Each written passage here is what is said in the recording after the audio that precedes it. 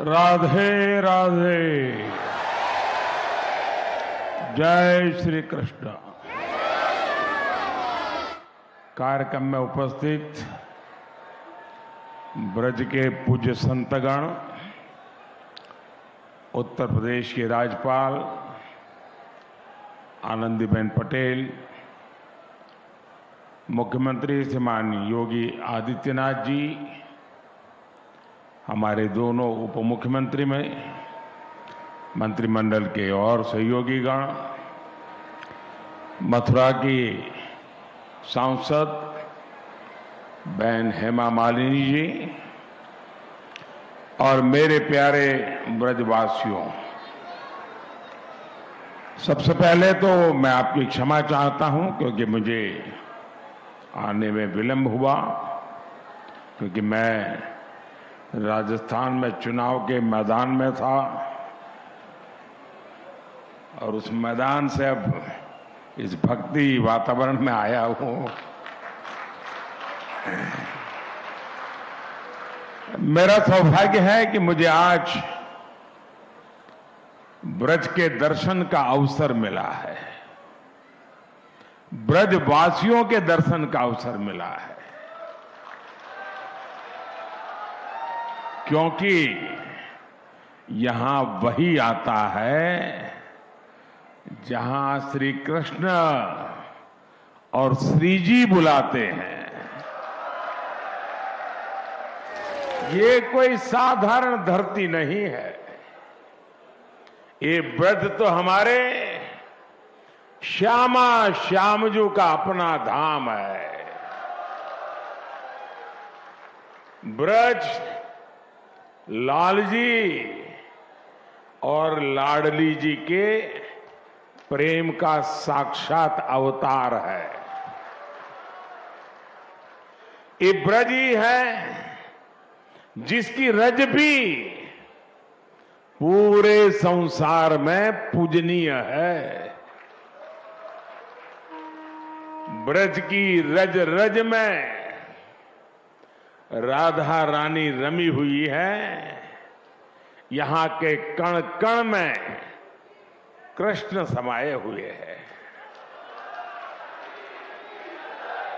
और इसलिए हमारे ग्रंथों में कहा गया है, सप्तद्वीपेषु यत् तीर्थ भ्रमणात् च यत् फलम प्राप्यते च अधिकम तस्मात् मथुरा भ्रमणीयते।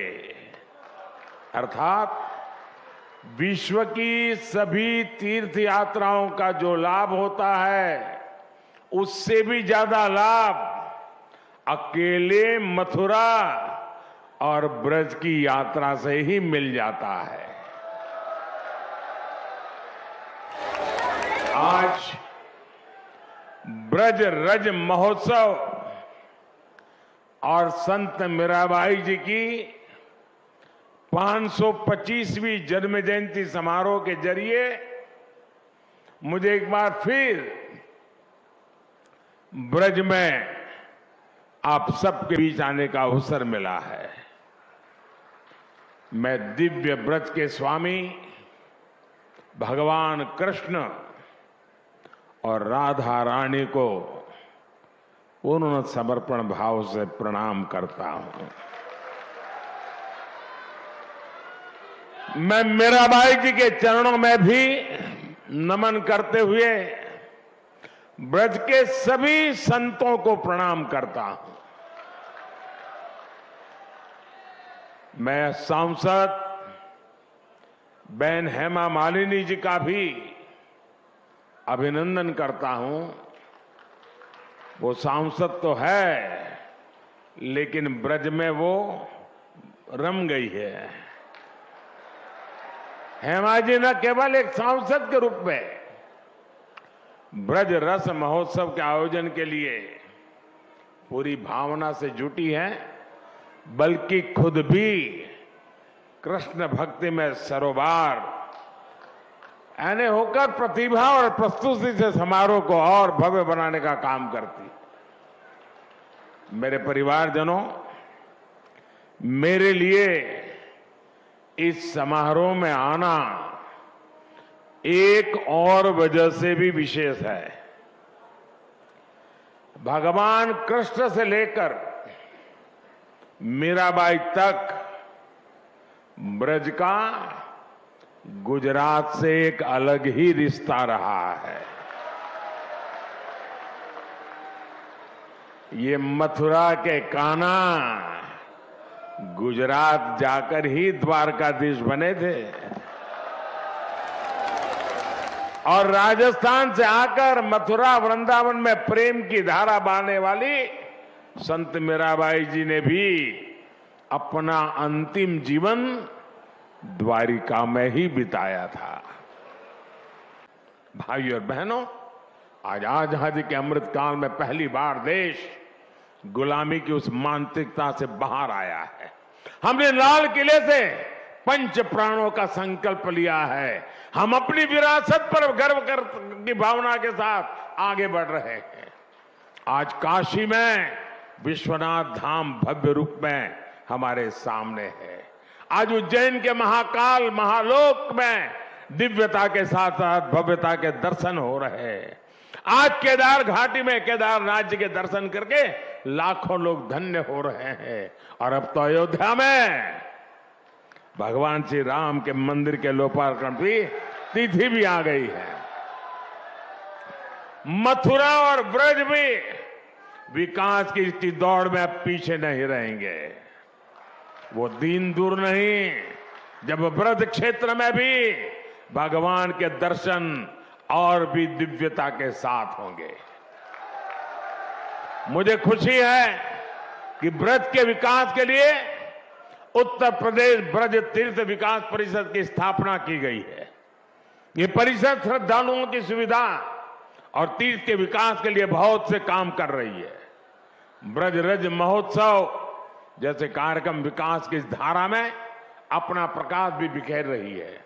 साथियों, ये पूरा क्षेत्र कान्हा की लीलाओं से जुड़ा है। मथुरा, वृंदावन, भरतपुर, करौली, आगरा, फिरोजाबाद, कासगंज, पलवल, बल्लभगढ़ जैसे इलाके अलग अलग राज्य में आते हैं।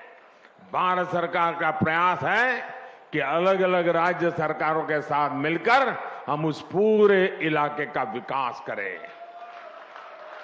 साथियों, ब्रज क्षेत्र में देश में हो रहे हैं बदलाव, ये विकास केवल व्यवस्था का बदलाव नहीं, ये हमारे राष्ट्र के बदलते स्वरूप का, उसकी पुनर्जागृत होती चेतना का प्रतीक है।